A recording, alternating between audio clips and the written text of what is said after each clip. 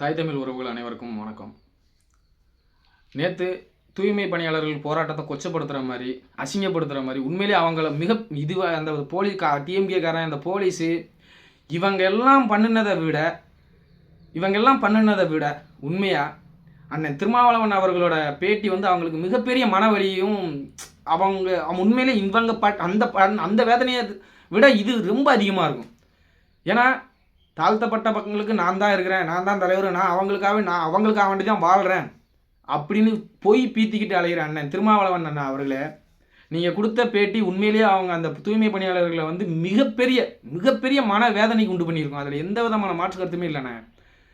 ரொம்ப வருத்தமாக இருக்குண்ணே. நீங்கள் இந்த தூய்மை பணியாளர்களை பற்றி இப்போ பத்திரிகையாளர்கிட்ட பேசின இதை ஏடிஎம்கே பீரியடில் ஐயா எடப்பாடி அவர்கள் முதலமைச்சராக இருக்கிற போது இவங்க இந்த தூய்மை பணியாளர்கள் போராட்டம் பண்ணுறாங்க. அப்போ எதிர்கட்சி தலைவராக இருந்த ஐயா மு க ஸ்டாலின் அவர்கள் அங்கே போய் தூய்மை பணியாளர்கள்கிட்ட உங்களோட கோரிக்கைகள் டிஎம்கேக்கு மட்டும் நீங்கள் ஓட்டு போடுங்க, டிஎம்கே ஆட்சிக்கு வந்துட்டால் கண்டிப்பாக உங்களோட கோரிக்கைகள் அத்தனையும் நிறைவேற்றப்படும், உங்களோட நீங்கள் கேட்ட அத்தனை கோரிக்கைகளும் நிறைவேற்றப்படும்னு சொன்னார். ஆனால் ஏன்னா நீங்கள் உண்மையிலே முழு டிஎம்கே காரனாகவே மாறிட்டீங்கண்ணே. நீங்கள் அதுக்காக உங்கள் கட்சியை கழிச்சிட்டு டிஎம்கே கூட போய் நீங்கள் இணைச்சிக்கலாம். ஏன்னா இப்போ வைகோ கட்சியை எப்படி ஒழிச்சு கட்சியே இல்லாமல் ஆக்கிட்டானுங்க டிஎம்கேக்காரங்க. ஆனால் நீங்கள் வெக்கமே இல்லாமல் என்ன சொல்லுதீங்க, பாரதிய ஜனதா கட்சி ஏடிஎம்கேவை முழுங்கிரும் அழிச்சிரும்னு.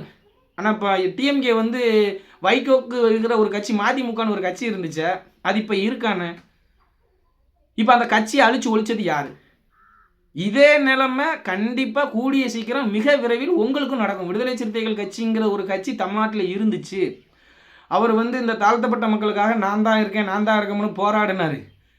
ஆனால் அந்த கட்சியை காணும். அந்த கட்சி பூரா இப்போ எல்லாம் டிஎம்கேல ஐக்கியமாக இருக்குது அப்படின்னு சொல்லக்கூடிய காலம் மிக விரைவில் வரணும். ஆனால் உங்களுக்குன்னு நீங்கள் தான் சொல்கிறீங்க, நான் என் கொள்கைக்காகவும் கோட்பாடுக்காக வேண்டி தான் இருக்கிறேன், நான் யாருக்கிட்டையும் சமரசம் பண்ண மாட்டேன்னு சொல்கிறீங்கண்ணே. ஆனால் சரி, ஏடிஎம்கே ஆட்சியில் அவங்க வாக்கு கொடுக்கல, ஓகே, அது இப்போ பிரச்சனையே கிடையாது.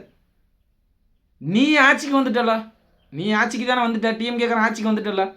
நான் எங்கள் ஆட்சியில் தான் சமத்துவம் சமூக நீதி எல்லாம் பிடுங்குதுன்னு சொல்கிறீங்கள. அப்போ ஏன் நீங்கள் இந்த தூய்மை பணியாளர்களுக்கு நீங்கள் அவங்க கேட்குற கோரிக்கைகளையும் உங்களால் நிறைவேற்ற முடியாது? இது நியாயமான கோரிக்கைங்கண்ணே. ஆனால் 2500 கோடிக்கு ராம்கிங்கிற நிறுவனத்துக்கு தனியார் மயமாக்கி விட்ருக்காங்க, 2500 கோடிக்கு. ஆனால் இவங்க கேட்குற சம்பளம் வெறும் 23,000 ரூபா தான். ஒரு மாதத்துக்குள்ள சம்பளம் 23,000 ரூபா தான். இதை கணக்கு போட்டு பார்த்தா ஒரு வருஷத்துக்கு 500 கோடி ரூபா கூட வரலை. ஒரு வருஷத்துக்கு 500 கோடி ரூபா கூட வரலை. ஆனால் 2500 கோடி 500 கோடி இப்போ இவங்க கேட்குற கோரிக்கைகளை அதுவும் 30,000 சம்பளம் கொடுத்தாலுமே 500 கோடி தான் வருது.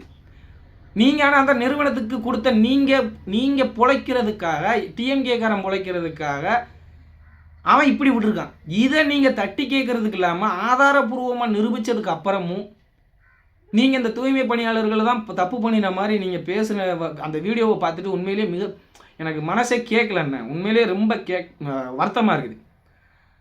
அதே மாதிரி இங்கே திருநெல்வேலியில் நடந்த ஆணவ கொலையில் தம்பி கவினோட அப்பா திரும்ப வருவார், நாடாளுமன்றத்தில் எங்கள் குரல் ஒலிக்கும்னு சொன்னார். நாடாளுமன்றத்தில் போய் நானும் நீங்கள் எங்கேயாவது இதை பற்றி ஒழிச்சிருப்பீங்க, ஏதாவது கத்திருப்பீங்க, ஏதோ கேட்டிருப்பீங்கன்னு நினச்சேன். கேட்கவே இல்லை. ஏன் டிஎம்கே அரசாங்கம்னா எதுக்குன்னு இப்படி செம்பு தூக்கிட்டு அடையுறீங்க? செம்பு தூக்கிட்டு ஏன்னா உண்மையாக இருக்கிறவன் எல்லாருமே உங்களை காரி உங்கள் மூஞ்சி பூரம் துப்பிடுவான். ஏன்னா தாழ்த்தப்பட்ட மக்களுக்கு நான் இருக்கேன் எங்கே போனாலும், அது எப்போ அவங்க இப்போ டிஎம்கே ஆட்சி இல்லாமல் டிஎம்கே எதிர்கட்சியாக இருந்தால், ஆளுங்கட்சியாக வேற இருந்தால் நீங்கள் அப்படி ஸ்ட்ராங்காக நான் தான் இருக்கேன். இப்போ இதே தூய்மை பணியாளர்கள் இவ்வளவு சித்திரவதைக்கு உள்ளாக்குனதுக்கு மட்டும் ஏடிஎம்கே பீரியடாக இருந்துருச்சுன்னா, இல்லை இதே சம்பவம் வேறு பாரதிய ஜனதா கட்சி ஆளுற மாநிலங்களாக இருந்திருந்தால் நீங்கள் எந்த லெவலுக்கு குதிச்சிருப்பீங்க? வானத்துக்கும் பூமிக்கும் குதிச்சிருப்பீங்க கண்டிப்பாக. வானத்துக்கும் பூமிக்கும் ஐயோ பாரதிய ஜனதா கட்சி ஏன்னா பாசிசங்கிற இந்த வார்த்தை இப்போ டிஎம்கேக்கு தான் சூப்பராக பொருந்தும். நான் சொல்கிறதான் சட்டம், நாங்கள் அப்படி தான் இருப்போம், நீ இப்படி தான் இருக்கணும்னு இந்த பாஜகன்னு நீங்கள் சொல்கிற அந்த அத்தனை வார்த்தைகளும் டிஎம்கேக்கு மட்டும்தான் பொருந்தும். கண்டிப்பாக டிஎம்கேக்கு மட்டும்தான் பொருந்தும். உண்மையிலேயே நீங்கள் நல்லா யோசிச்சு பார்த்தீங்கன்னா, சிந்திச்சு பார்த்தீங்கன்னா, ஏன்னா வேங்க வயல் பிரச்சனையாக இருக்கட்டும், வேங்க வயல் பிரச்சனை என்னாச்சுன்னு சண்டி சிரிக்குது தமிழ்நாட்டில்.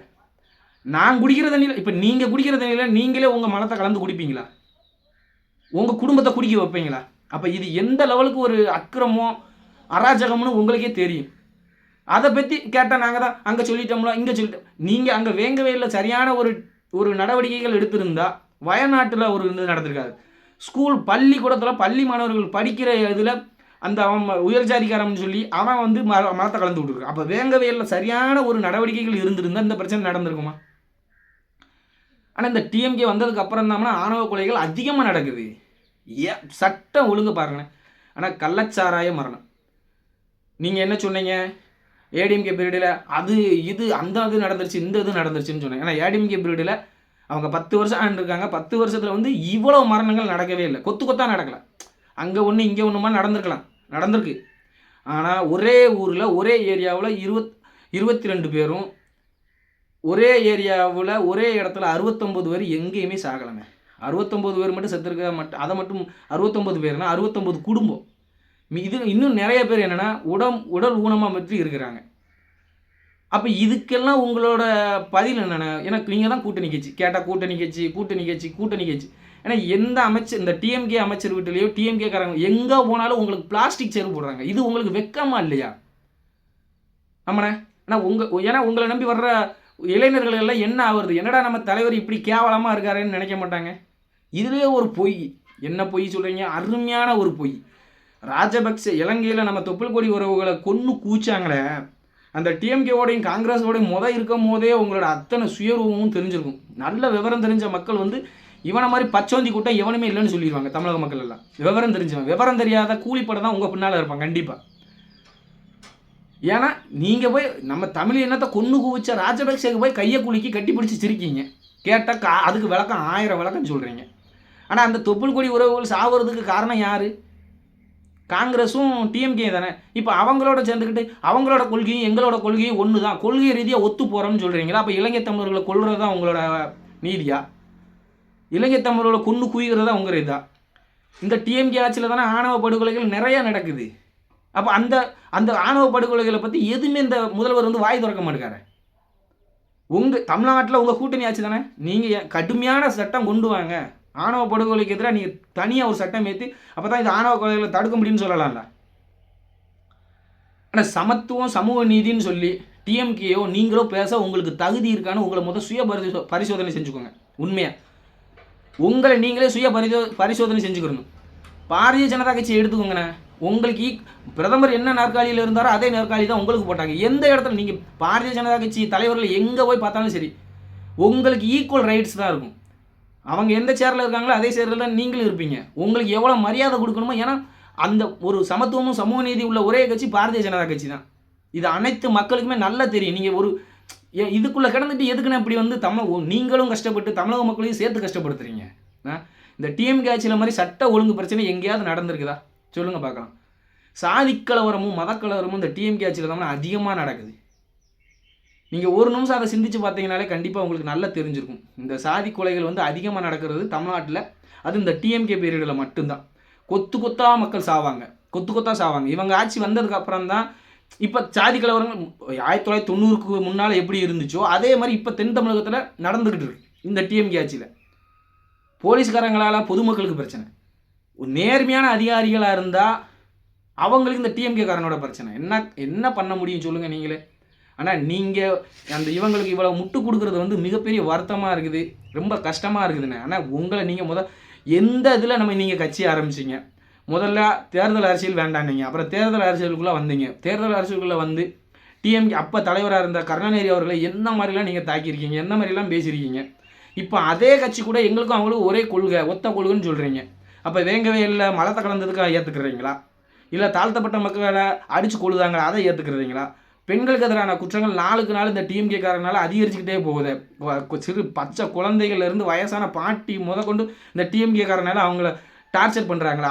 அது உங்கள் கொள்கை தானா?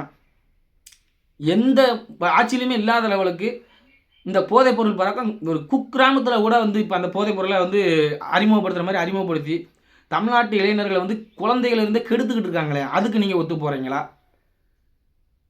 இந்த தூய்மை பணியாளர்கள், ஆசிரியர்கள், இவங்க 2 பேருமே ஏடிஎம்கே பீரியடில் போராட்டம் பண்ணும்போது நாங்கள் உங்களுக்கு வாக்குறுதி கொடுக்க, நாங்கள் ஆட்சிக்கு வந்த உடனே உங்களுக்கு பணி நிரந்தரம் செய்வோம்னு சொன்னாங்களே.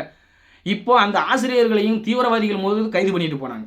தூய்மை பணியாளர்களை கையை உடைச்சு காலை உடைச்சு ஒரு பெண்கள்னு கூட பார்க்காம அடிச்சு இந்த கூலிப்படை காவல்துறைங்கிற கூலிப்படையை வச்சுக்கிட்டு அடிச்சு நொறுக்குனாங்க. இதுக்கெல்லாம் நீங்கள் விளக்கம் நீங்கள் உண்மை நீங்கள் உங்கள் கட்சியை கழிச்சிட்டு டிஎம்கே கூட சேர்ந்துக்கோங்கண்ணே. ஏன்னா டிஎம்கே காரனுக்கும் உங்களுக்கு எந்த டிஃப்ரெண்ட்டும் இல்லை. டிஎம்கே காரன் உங்களை வந்து அடியாளாக பயன்படுத்திக்கிட்டு இருக்கிறான். அவங்க என்ன தப்பு பண்ணாலும் சரி, அது இல்லைன்னு சிங்கி அடிக்கிறதுக்காக உங்களை வச்சுக்கிருக்கா. நீங்கள் சிங்கி அடிச்சுக்கிட்டீங்க, அது டிஎம்கேலேருந்து சிங்கி அடிச்சுக்கோங்க. உங்களுக்குன்னு எதுக்கு தனி கட்சி? என் அன்பு தமிழ் சொந்தங்களே, என் அருமை உறவுகளை, அண்ணன் திருமாவளவன் அவர்கள் எவ்வளோ பெரிய பச்சோந்தின்னு நீங்களே அவர் பேசின வீடியோ வச்சு நீங்கள் பார்த்துக்கிறலாம். தயவு செஞ்சு வருகிற 2026 சட்டமன்ற தேர்தலில் இந்த பச்சோந்தி கூட்டத்துக்கு ஓட்டு போட்டு இன்னும் நம்ம தமிழகத்தை ஒரு ஒரு பாதுகாப்பற்ற மாநிலமாக மாற்றிடாமல் ஒரு 2026 சட்டமன்ற தேர்தலில் பாரதிய ஜனதா கட்சியும் அதன் கூட்டணி கட்சிகளையும் ஆதரிக்கணும்னு உங்களை பணிவன்போடு வேண்டி விரும்பி கேட்டுக்கொள்கிறேன். நன்றி, வணக்கம். பாரத் மாதா கி ஜெய்.